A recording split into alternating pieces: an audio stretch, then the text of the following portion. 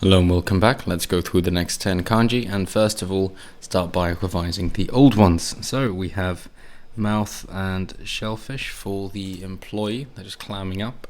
Page is one drop of shellfish ink. Newborn babe, of course the 18-year-old, straight between the legs.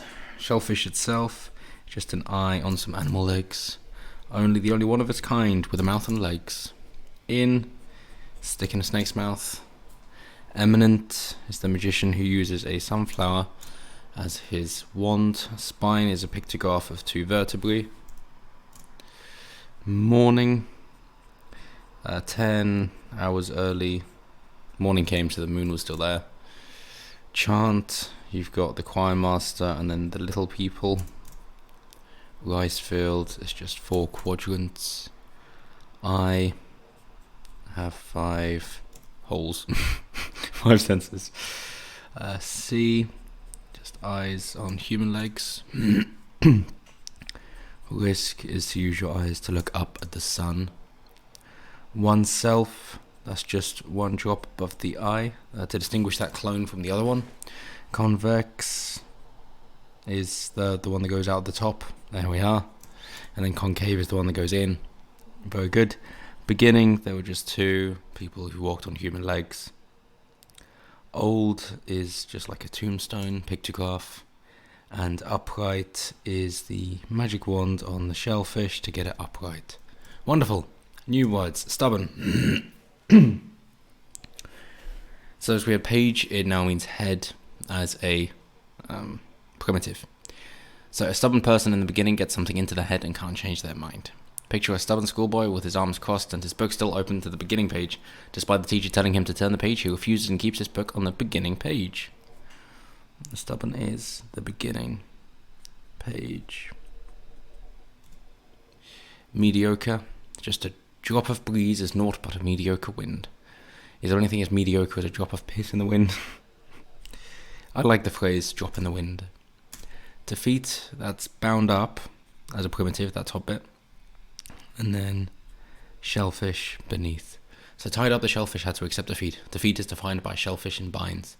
And also, if you're a fan of Dr. Jordan B. Peterson, or at least aware of his work, that he mentions hierarchies are an ancient idea, billions of years old, as we see in lobsters, that they are, of course, happier when winning and sadder when losing, as shown with serotonin and cortisol within them as well. So there we are.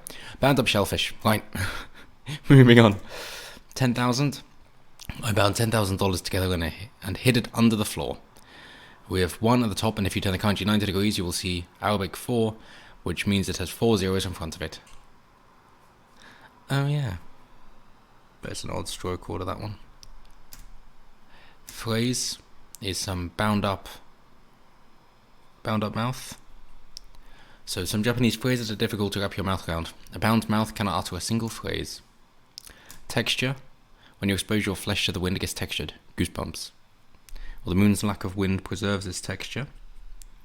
Very good. Decameron is 10 days and is bound up 10 days. Yep.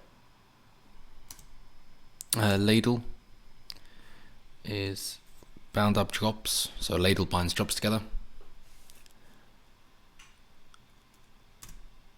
Bullseye is a white ladle, so I managed to hit the bullseye by throwing my white ladle. A white bound up drop in the center of the center is the bullseye. Fair enough. A white bound up drop in the center is the bullseye. Yes, it is. Neck, the V shape, is your neck on top of your collarbone, or the straight line. Yourself or the rest of your body is below that. The moose's neck supports its big horns and a long nose, as that bottom bit comes to mean nose instead. And 10,000, so now we're just going back through the revision. So it's 10 bound up. Defeat is the bound up shellfish. Mediocre is just a drop in the wind.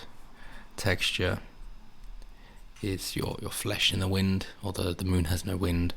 Stubborn is someone who get something in the head from the beginning and can't let go. Bullseye is a white ladle. Decameron is 10 days. A phrase, a bound up mouth cannot say a single phrase. The neck, you've got the horns on top of the nose. And the ladle itself, of course, just binds up drops. So there we are, super simple. So thank you very much. Keep learning. Most of all, have fun.